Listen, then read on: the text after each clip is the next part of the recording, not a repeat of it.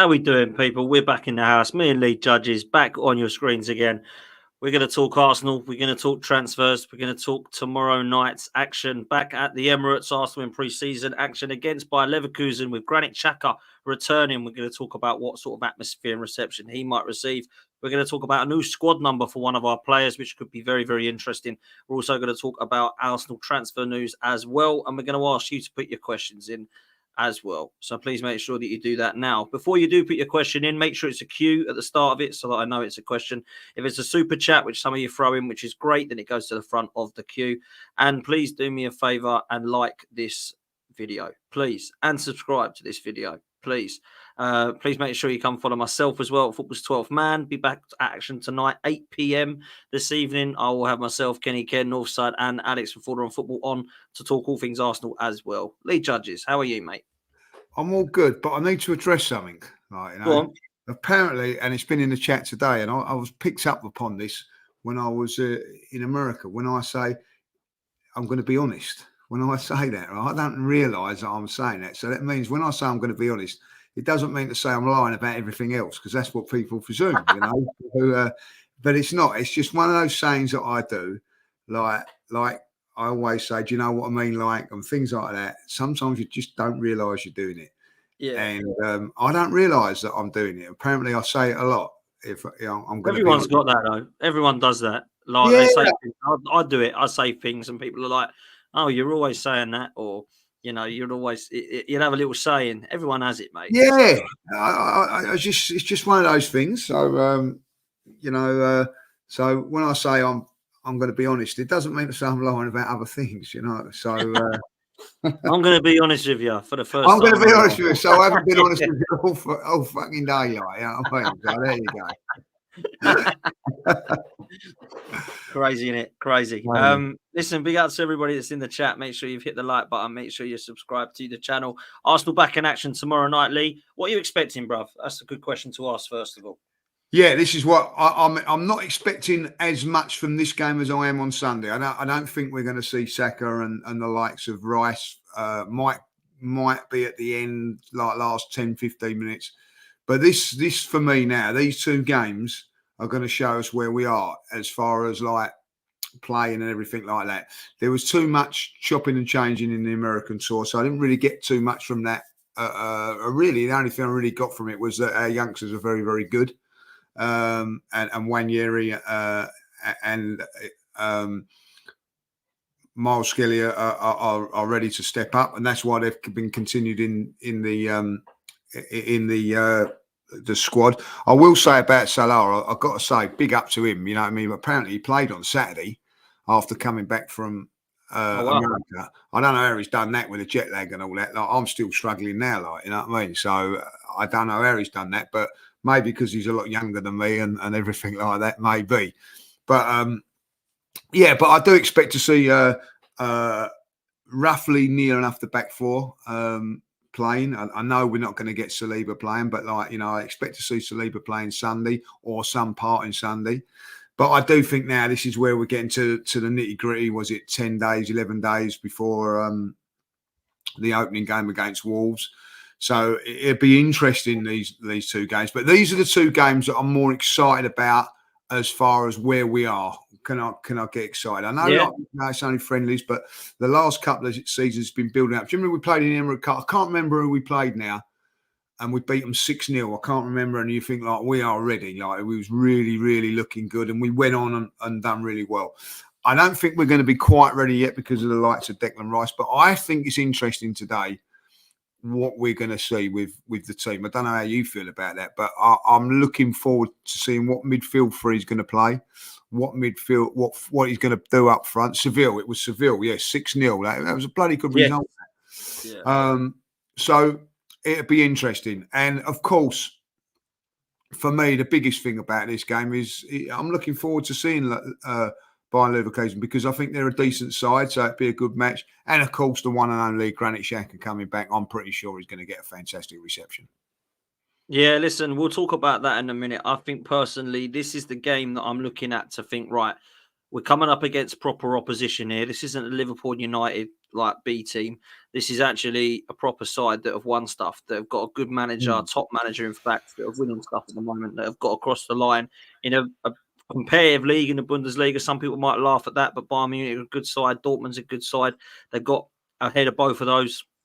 And I think when you look at it, Bayern Leverkusen at the moment are the team that when you look at their team, you think, "Core, that is a proper team game." You know, you don't look at their individuals in every single position and go, "You take him, and him." They've got 3 or 4 like most teams have, but they've definitely got a team. So for me, they're well drilled.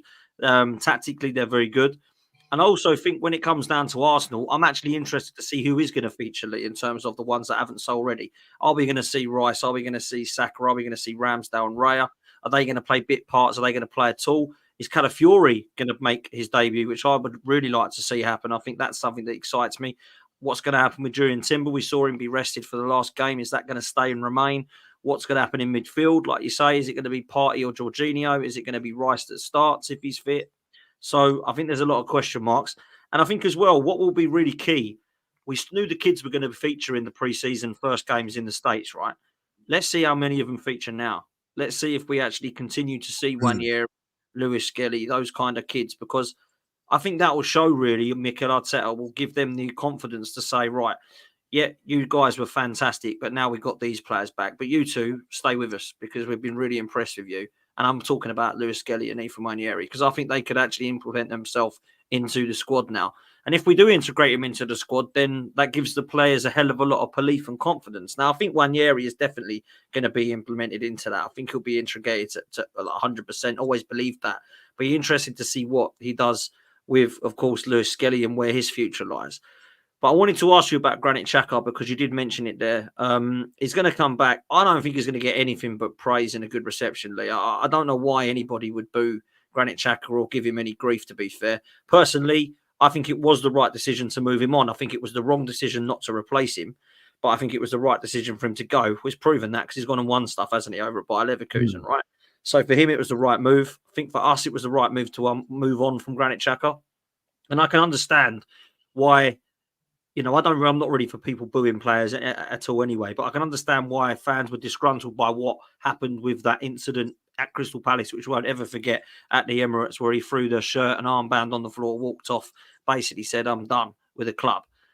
But you've got to look back in history and think, when has it ever happened that a player has turned a career around to say, actually, he's left the club by actually liking him or at least accepting him? And you've got to give him credit for that. So I think he'll get a good reception tomorrow night, and I hope he does.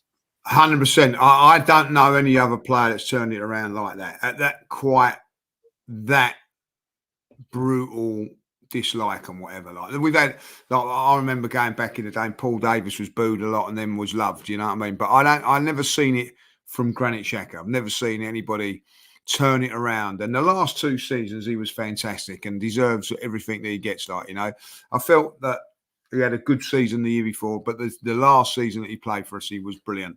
So I'm really, really looking forward to seeing what sort of reception we get. I'm with you, Dan. I can't see it anything other than being love. And listen, I thought he was fantastic in the Euros for Switzerland as well. I really do think that he's got better and better as he's got older.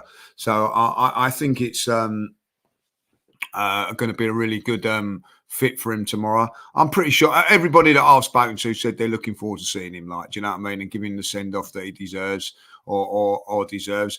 And I'm looking forward to that. I think everybody at this moment in time is buzzing to get to the Emirates. I've got to say, you know, when I was on the American tour, I was saying I can't wait to get back to the Emirates, you know. So I'm really, really looking forward to these 2 games because I'll tell you why I'm looking forward to these 2 games, Dan. I don't know how you feel about it. No bloody pressure on them. There's no pressure on them. Like. You can go and enjoy them. Do you know what I mean? Like you can go around, chat to people that you ain't seen. There's people there that don't normally go, so they get an opportunity to go. Yeah.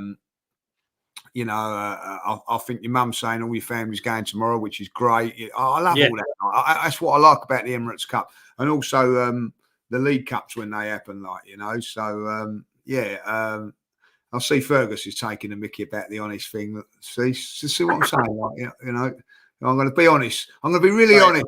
I'll be really honest, Fergus. I love you.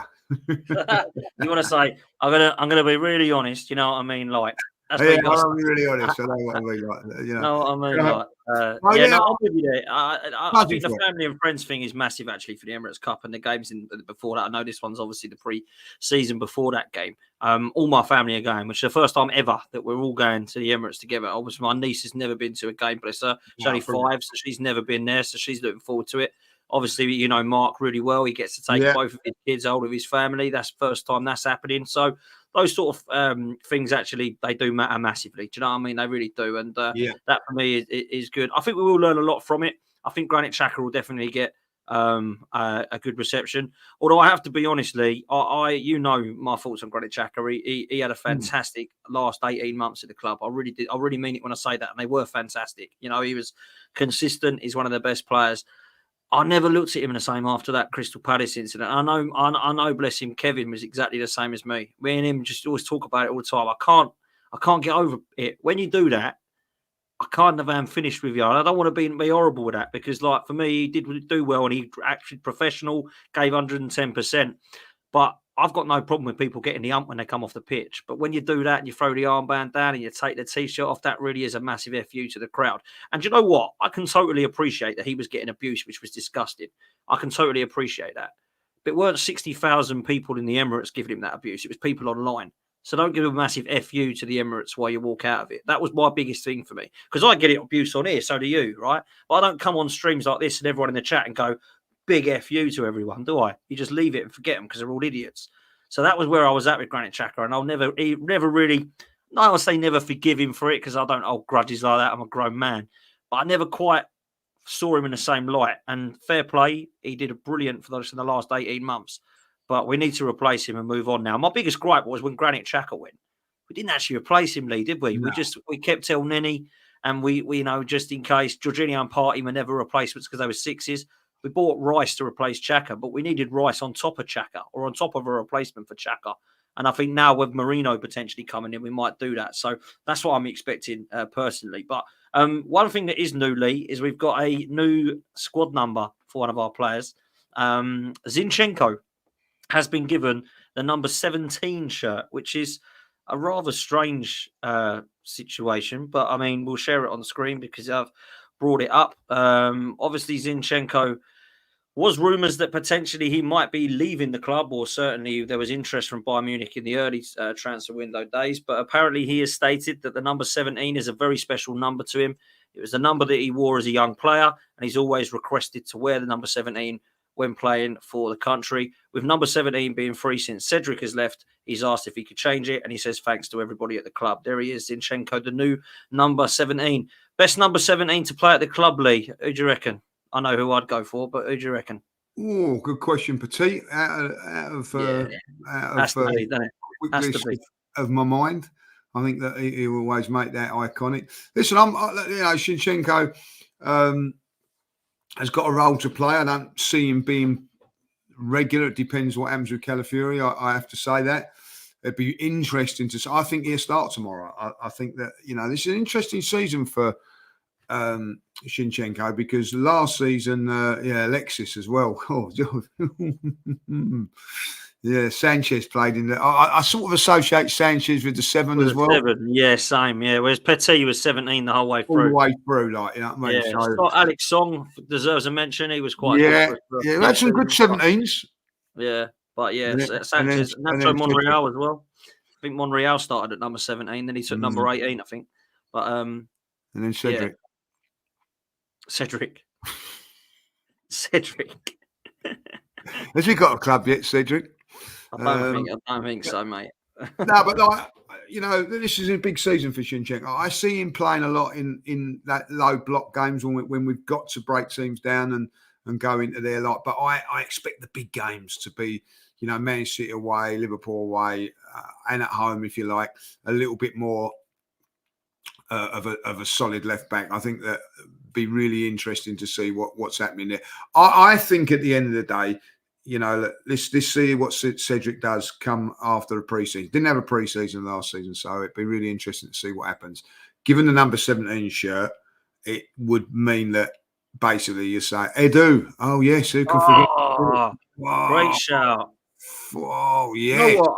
I will say though, and then I thought Edu was unreal. But I'm going to say Emmanuel Petit was better than Edu. So I'm going to give it to Oh, Petit still. But I liked Edu, but yeah, I Petit and think I'm still Vieira. going to go with Petit. I still think because of what he'd done, but Edu was more than adequate a replacement for him, wasn't he? Yeah, Like, he was. Yeah, he was. and done very, very well. So well done on that one. Like, some good number 17. So it's a good, it's a good number. So I'm expecting good things from him.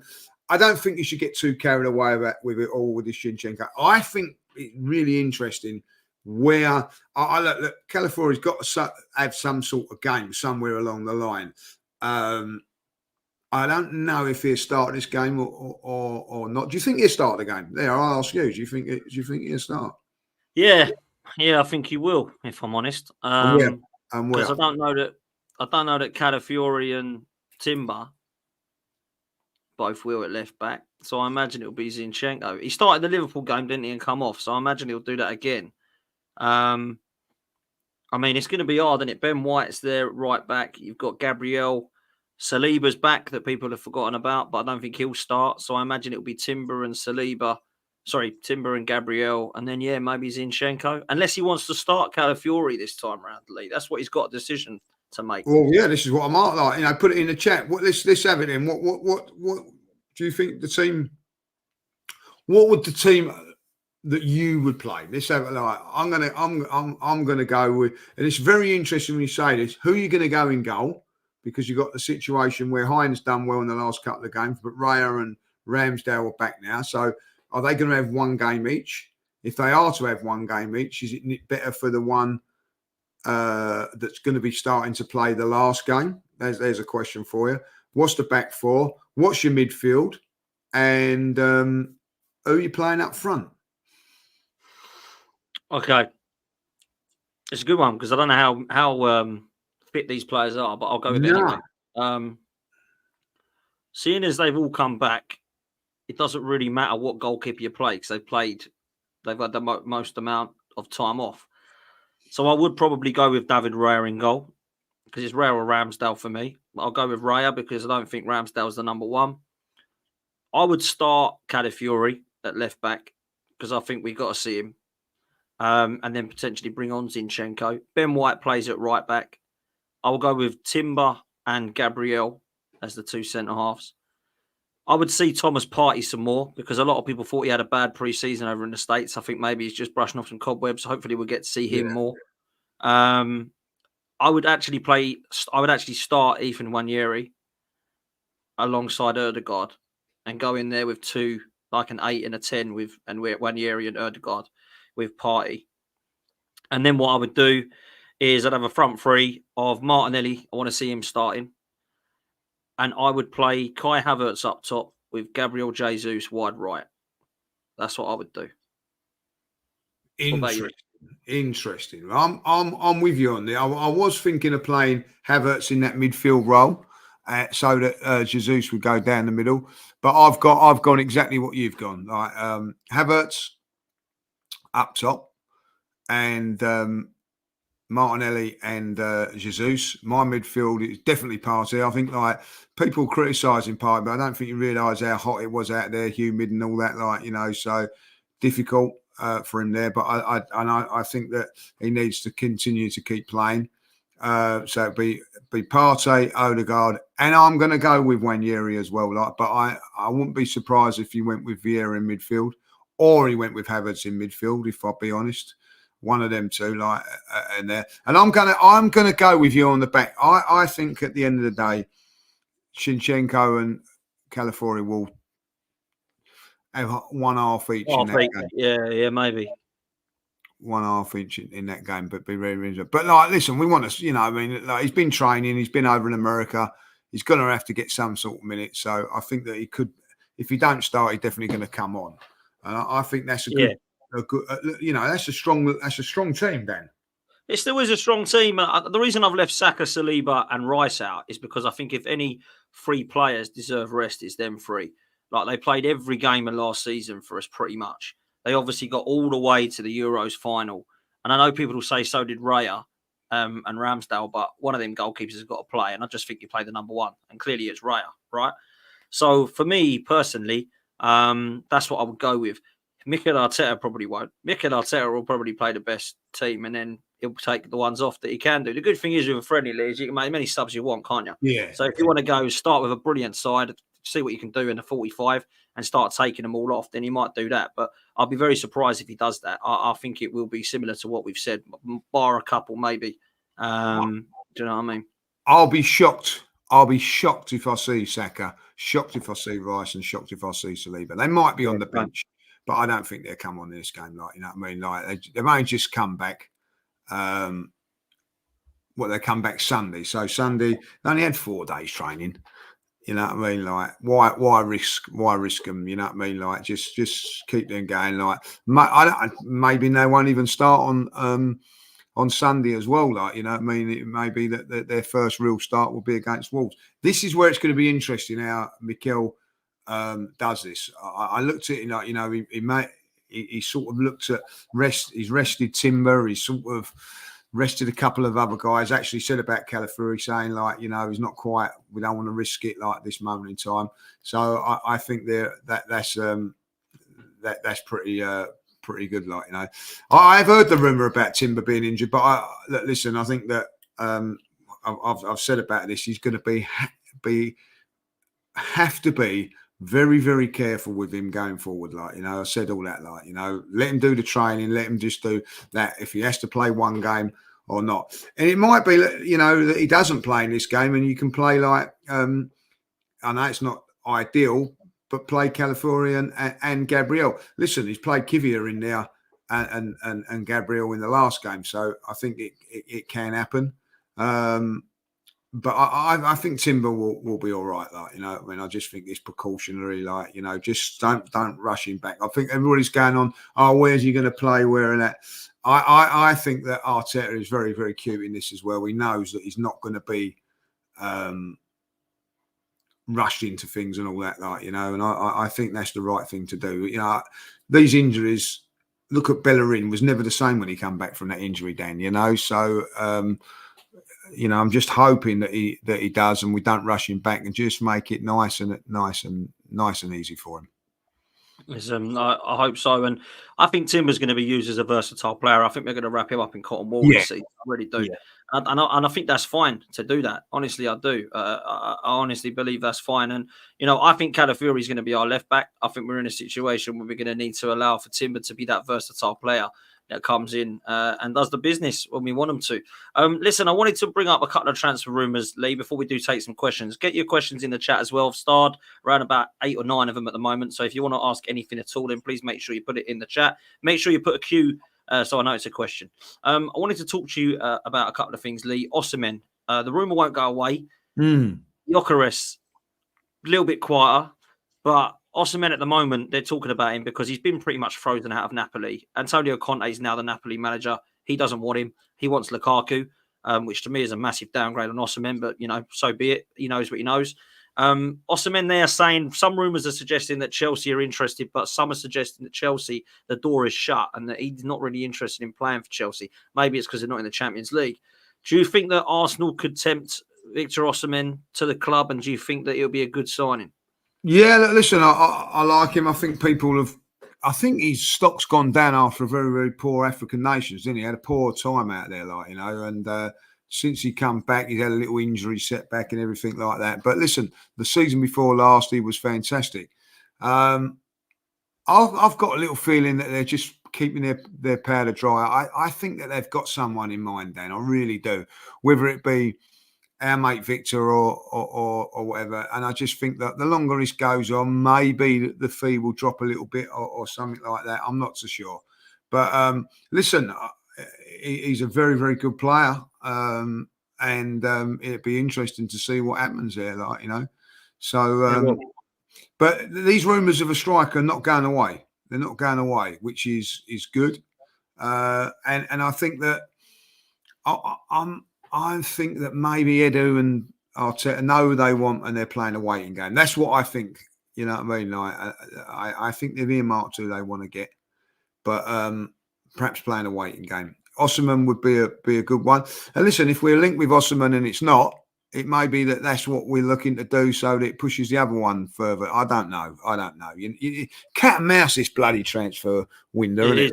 Like, so it's also a bit of a domino effect as well, isn't it? You got to wait for one player to leave, and then there's another that goes, and there's a domino effect. But obviously, Marcio here, people say he's reliable. Some people say he's not reliable. He's saying that Chelsea have effectively closed the door on signing Victor Osimhen.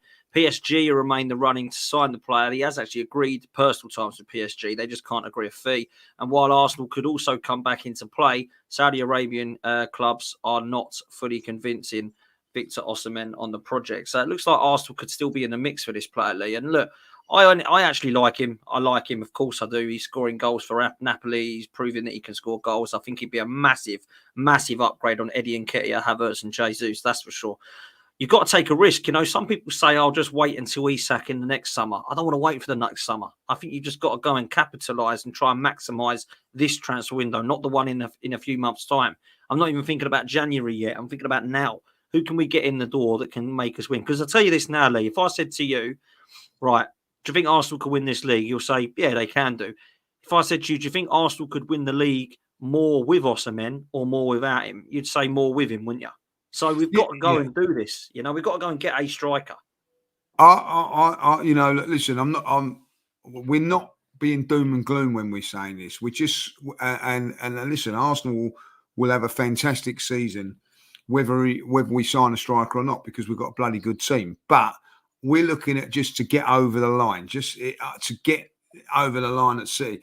I was talking to a supporter today, he's actually a Man United fan, and he was saying, you know, he does think Arsenal have got a very, very good chance of winning it this season. And he feels that City are there's something not quite right with City. This is the opportunity. The window of opportunity is there for Arsenal now. It is a window of opportunity to win the Premier League. That doesn't come around too often, Dan, like, you know what I mean? And sometimes, you know, I get that. Oh, it's about throwing the dice. Listen, I think it's what Arsenal need to do, and I'm going to trust them on that. That if there is a forward out there and they're trying to get him, then fine, and they're going to do everything that they can do to get him, fine. I'll be very, very disappointed that come the end of the season, the transfer window, we haven't got that forward. I will be disappointed because I think it's needed. We very, very strong at the back. That proves it with the statistics and everything there. Like midfield is strong. If everybody stays fit, it's strong. I think we need, you know, don't forget we've let a couple of players go in that sense. I know people go, oh, whatever, like, but at the end of the day, you know what I mean? El Neni was a good squad player, reliable squad player, that you do need in squads. I know people say, oh, he's not that, but you need squad players, but that are going to come in, know their place, play a couple of games and then come out. You need those sort of guys. We've also lost Smith-Rowe now, so we haven't really replaced anybody in there, like, you know. So, you know, we don't know what's happening with Marino, whether that's going to happen or not. We'll wait and see. But I think we're going to have to sell a few players, in which we know that those players are, and we've got to be a little bit patient. I think at the end of the day, I've always said this, that to sign players now to improve our side is going to be very, very difficult because they're hard to get. They're going to have to be top players, but we need to bring in a couple, and one of them I think needs to be a striker. Absolutely. Who would you go for? If you had the choice, who would you go for? So, if he wanted to come and he was available, I'd go for Alexander Isak as number one. If that's not going to happen because he's not available, then I would go for Victor Gyökeres. That's who I would go for. The reason I would go for Victor Gyökeres is because scoring 58 goals in 50 games is absolutely crazy, in my opinion. In terms of GA, that is not just goals, but goals and assists. I think it's 58 in 50 games. That is just ridiculous, phenomenal amount. I don't care what league that's in. You're going to be a decent player, right? I think what he offers is a lot more than Victor Osimhen. I think he's a better ball carrier. I think he's definitely got aerial ability. I think he's also better with his back to goal. I think he can drive with the ball. I think he can use both feet. He scores all types of goals. I think he'd be a really good striker. I think he'd be a really good signing. And it's one that I would really be actually quite excited to see. Because I think what people forget is when you get that striker in, it'll be very hard to double team on Saka, who Sam said this earlier on my channel. It's at the moment, it's fine to double team on Saka, because if you're a defender and you're a manager and they'll go, right, Saka's the guy. Who they got up top? Havertz and Jesus. Right, I fancy them to miss. Get on Saka. If the ball gets to Havertz and Jesus, their XG say they don't score many goals. If you're saying that and it's Gyökeres next to him, Saka and Martinelli will be brought back into the game a hell of a lot more. I honestly believe that. I honestly believe it will. Because they will not leave Victor Gyökeres in the box. And they will go, right, get on Saka. Don't worry about Havertz. He'll miss. Because he will leave. I know we like Havertz, and there's things about I like. Things about Jesus I like. They'll both miss. They are not clinical enough. They won't do that with Gyökeres. They'll go, Christ, double team. Oh, actually, no, I can't. I've got Gyökeres here. I can't double team Saka here because it'll be free. Do you know what I'm saying? So that's what I thought was a great point from Sam earlier. I thought, do you know what? I didn't think of it like that. So for me, I think we have to get that centre forward in, man. We absolutely have to. Yeah, I totally agree. I think it's got to be done. It's got to be done if Arsenal listen, Arsenal might still win the league without it, but I think that, and they might not win it without him, like, you know what I mean? But I think that we've got to have the tools to be able to say, right, we need it. I'm convinced about it there, like, you know. Has to be done. Listen, people, make sure you do me a favour and go over to Guns and Yellow Ribbons, show them some love, and do me a favour, write back in the chat once you've done it. Who talks more sense, Fergus or Trev? Who talks more sense? I love them both, but you tell me. Who talks more sense? Let me be honest here. You know what I mean? Like, let me be honest. Please make sure you go show them some love, people. Guns and Yellow Ribbons. Right, let's do some questions, Lee, shall we?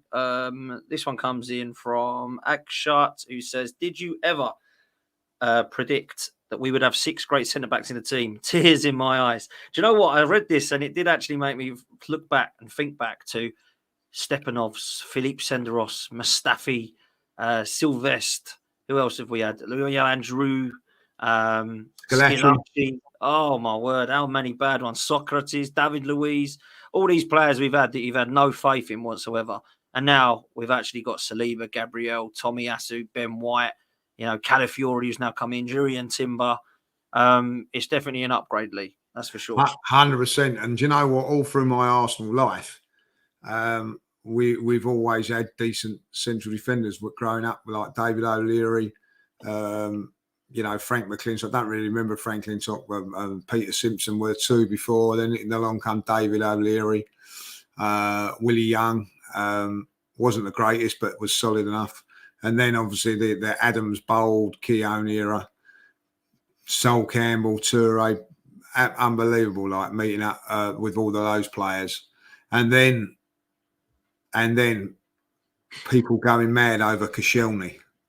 You know what I mean? Who was decent. Don't get me wrong, was a decent. Yeah, he was. So was Mertesacker and Vermaelen, to be fair. But Vermaelen was a very, very good defender.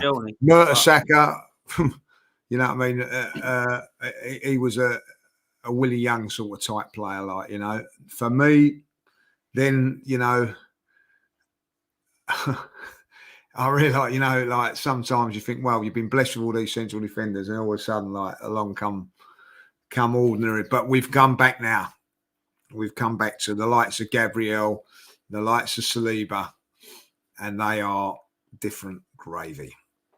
Yeah, 100% they are.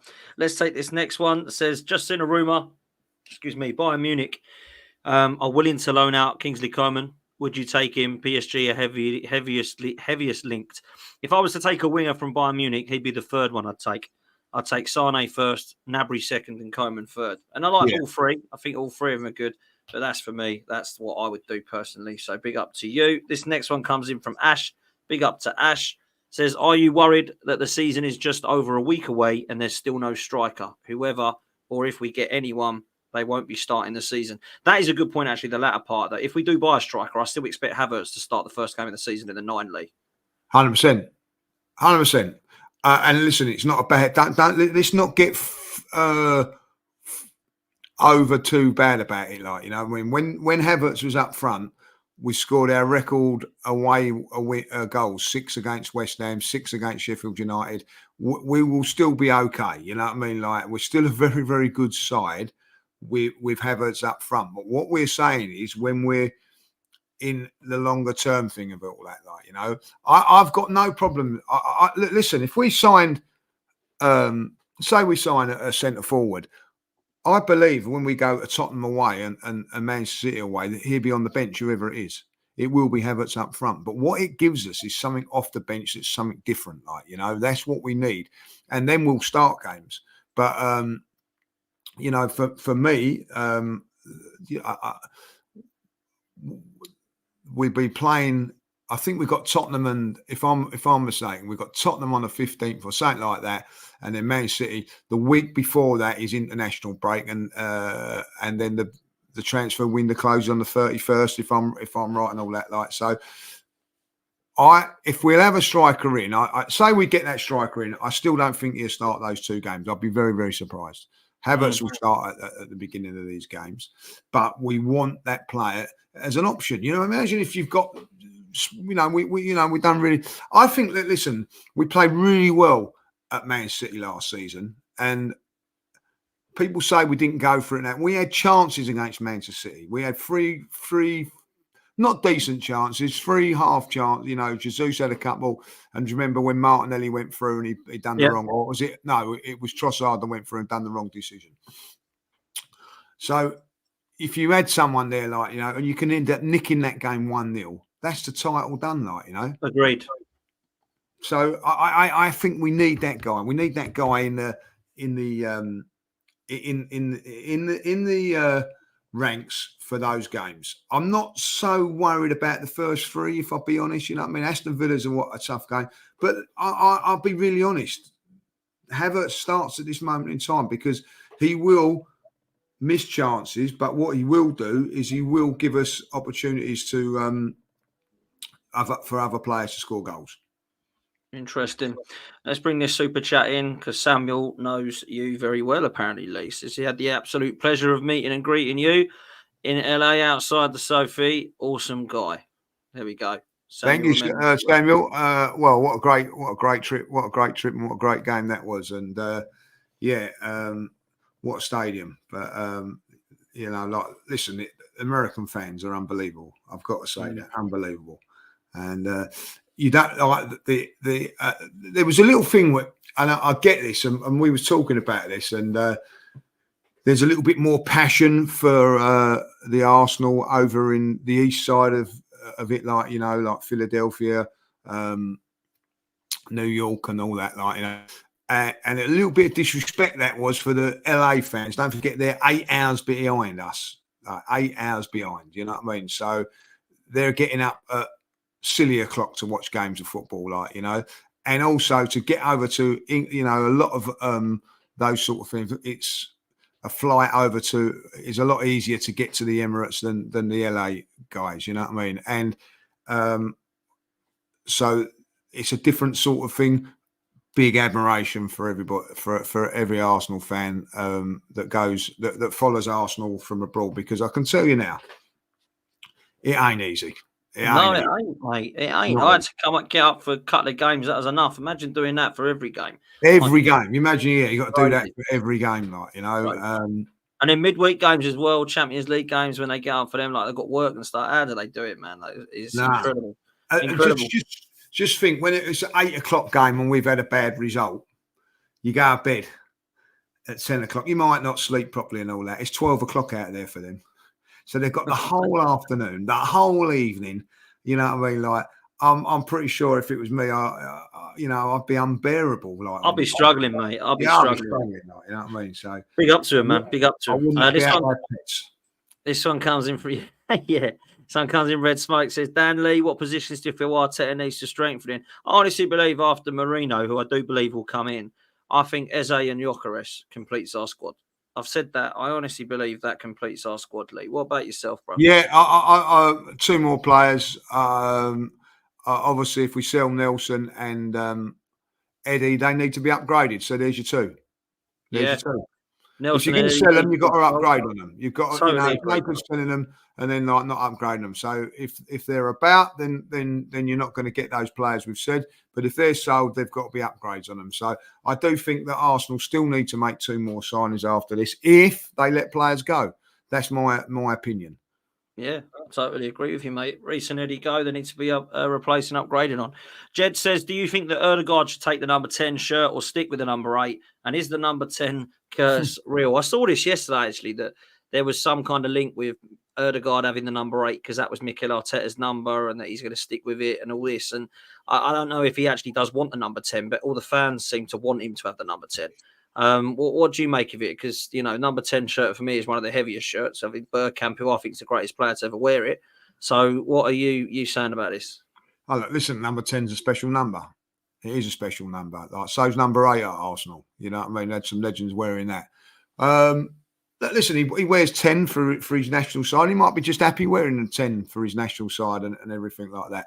It is an unbelievable thing, Dan. Even like when we mentioned Zinchenko earlier, I want to have the number 17. Yeah. It's a big thing for players at times, so it might be a big thing for him. Commercially, it's not a very good thing now that you're doing that now, because I do see a lot of Odegaard shirts with the 8 on it. So I don't think it's going to happen. Like for what I mean, he may have asked for it, and the club have sort of said, "Oh, like it's going to cost us a fortune." Like it might cost us getting the striker. So you stick to number 8, Martin. Yeah, you stick to number 8, Martin. I actually agree with where is it, Fergus here. I think the number 9 shirt's been the one. The best number 9 to wear the Arsenal shirt is Alan Smith, in my opinion. Other than that, we ain't had one, have we, since him? That I look at and go, wow, unbelievable. Look at what he's done at the club. Look at what he's won. Nobody touches Alan Smith, do they? Reyes potentially was fantastic when he but never quite settled. That's a great point. I mean, Jesus has carried it well for the first bit, and then an injury to him, So yeah, the number 9. Suka, I don't think number 9's been an iconic number for Arsenal, though. If I'll be really honest, no, it ain't. I don't think it's been an iconic number like the 10, the 7. Who wore number 9 in the 70s and 80s? Who was that? Obviously Smith.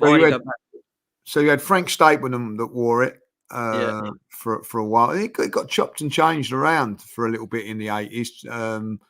Paul Mariner wore it. Charlie Nicholas wore it on some occasions. It wasn't really a standout number 9 until Alan Smith come along. Noel Quinn would have been wearing it for a while. But it's never been a number that's, Frank Stapleton wore it for a few years, but then he left for Man United. Malcolm McDonald had it, but then he was a fantastic player, but got injured. So there's a little bit of a curse there. Anelka wore it probably would be the one that I would, but again with Anelka only here for a couple of years with it. Lacazette, I don't think that one really went well. So it's not been Alan Smith, isn't it? It's got to be Alan Smith is probably the one that's graced it the best, I would say. Yeah, I would agree. Didn't he? Like, do you remember when Merce was in the number? Yeah, Merce did have it. Merce had it when I started watching Arsenal. Yeah, he had the 10, and when Bergkamp come, they said to him, "You ain't, Bergkamp's got around to the 10," and I think he went to 9 after that. But yeah, I think he even made his debut in number 9. For me, it's not been one of those numbers that's really where you could turn around and say, "Well, that stood out in the number 9 shirt." No. Yeah, I mean, we've had Jeffers, Eduardo, who else wore it? Baptista, someone's put in the chat. They've all been. It's not been the best of numbers. Well, Eduardo was fantastic, but he was. The injury just killed him, didn't it? Injury. Absolutely horrendous. It really was. This one comes in from Fergus. I think this is a good question. It says, what the hell's going on with the goalkeeper situation? Talks of Cole Hine going on loan to Spain. If Ramsdale leaves, we have one proper goalkeeper. It's true, isn't it? If Ramsdale goes, which at the moment it doesn't look like he's going to, with no interest at all. I did hear today a Bournemouth mate of mine says they're trying to get him on loan. Like, what are we trying to loan him for? Anyway, but if he does go, then he's right. Fergus is right. We've got David Raya, and that is it. Like, especially if Cole Hine goes on loan as well. Like, we've got this Thomas Setford kid who's come in, who we know nothing about, who's 18 years old. Dan Bentley has been rumoured. Juan Garcia has been rumoured from Espanyol. I just want to keep Ramsdale now. Sorry, I do. I just want to keep him now. I don't want to be last. We go into this. Imagine we get a perfect window, Lee. We go, right, we've got the striker, we've got the winger, we've got Marino coming in, we've got Calafiori, brilliant, right. And then the last day before Ramsdale goes, and you're like, right, what's happening there now then? I'm with you. Ramsdale stays. And treat him a little bit better than what he did last year, Mikel. Fair. That's my motto on that. I think you're absolutely bang on, mate. This one comes in from Nando. Says, Dan, Zinchenko's getting the 17 means no more left backs are coming in. No, I don't think we're going to get any more defenders, man. I can't see that one happening personally. I just don't see us getting anybody else in other than Zinchenko. Kivior might be going, but it looks like Zinchenko's going to stay. Is a shock move for Tony on the cards near the end of the window. This one surprises me, Lee. I am stunned that he has not gone anywhere yet. Now, Man United have said they needed a 9. I know they've got Xerxes. Liverpool definitely need a 9 because they've got Jota and that's it because Nunes is no good. Gakpo's more of a winger. You've obviously got Chelsea at the moment of just like looking at the Atletico Madrid striker no one's heard of. Tottenham need a striker, in my opinion. They're looking at Solanke instead of Tony. Why is no one looking at Ivan Toney, Lee? What's going on here? I don't know. Maybe because of his past or whatever. I don't know. Like, and the fee for it may be too much. I don't know. And also Brentford perhaps need him at the moment because they've got a couple of injuries. I really don't know. Like I was impressed with Tony when he come on for England and done those little things and his attitude and everything. I find it very, very strange that no one's gone in for him. Like, you know, maybe they're looking at the price for the age and all that. Like, you know, there's no buyback on it, so it's a bit of a difficult one there. That's the only thing that I can see. Like, you know, is the age and the price. And perhaps there's better deals to add. And of course, you know, I mean, what happened with him is always a worry. I think like Paul Merson would have been a lot better with Arsenal and other clubs would have gone. He would have been a lot better but there was the baggage. You know what I'm saying? Like, I'm not saying, and I think that maybe that's why what's putting people off. Yeah, it could be. I mean, like, you know, it could be that they're put off by it. I personally feel that he would be a brilliant signing for a lot of Premier League clubs.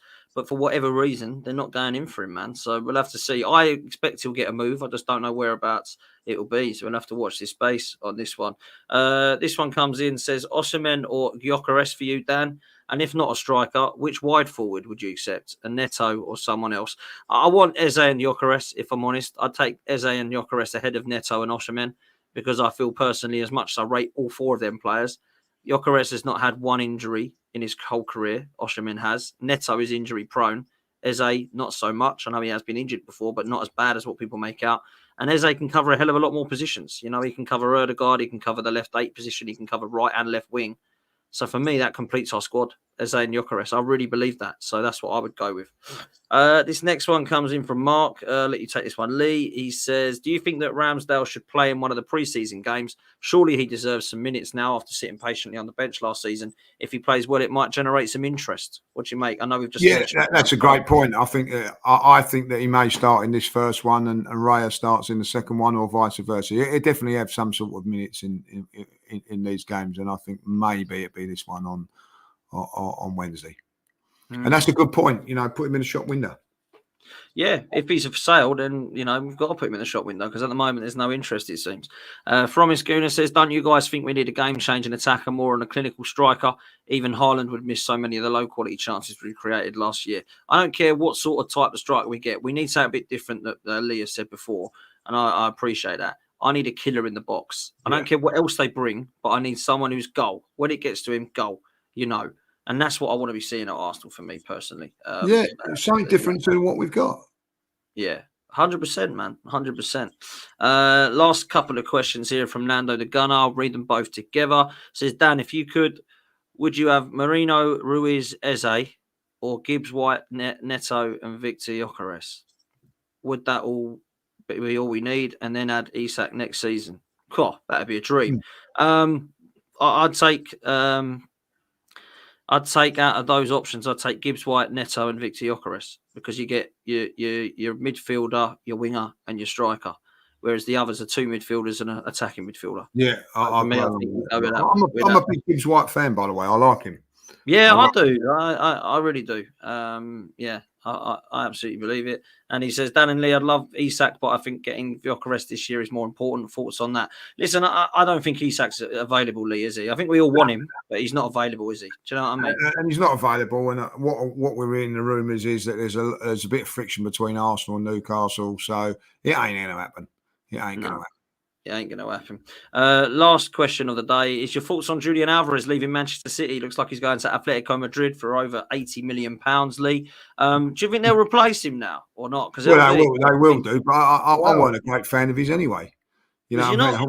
No. Would you be paying 80 million for him if he was available? Well, I mean, not a goal scorer in my book. 34 goals and assists last season. He did all right. I mean, he's quite a good player. I'm not saying he ain't, but not what we need. Not what we've got too many of them. We've got too many of them. You know what I mean? Like, but listen, you know, Manchester City have done some fantastic business. They've got him going for that sort of money, which is unbelievable. They've sold a player that no one's ever seen playing the Premier League in Delap for 20 million. They've done well. You know what I mean? So and they've signed that right back from Borussia Dortmund. I think they will get someone. They will definitely get someone. City, because that's what they do. But City have a problem with whoever that will be. You know, you're going to come second fiddle to Haaland, which is what Alcatraz was as well. Really, if you look at it, like, you know what I mean, he was playing second fiddle. He didn't want that, did he? Well, listen, Jesus was the same with Aguero. Yeah, Jesus was the same. Yes, they'll all be the same. So they will all be the same. It will be interesting. They're in a similar situation that Tottenham are in with Kane now, aren't they? You know, where they've got to try and get a striker in that's not going to play. You know what I mean? Exactly. That's the way it is. This I do like from Ferguson. Let's be honest, Lee. City have a 1-1-5 problems. Let's be really honest. They have, like, they lost Alcatraz as well. Like, you know, sorry about that. Like, you know. Yeah, I like that. Listen, last before we do go, score prediction tomorrow night. What are you saying? Good one there. 2-1 to the Arsenal. Oh, lovely. I'm going to go for that as well. Might as well be optimistic, mightn't we? Let's go for 2-1 to the Arsenal.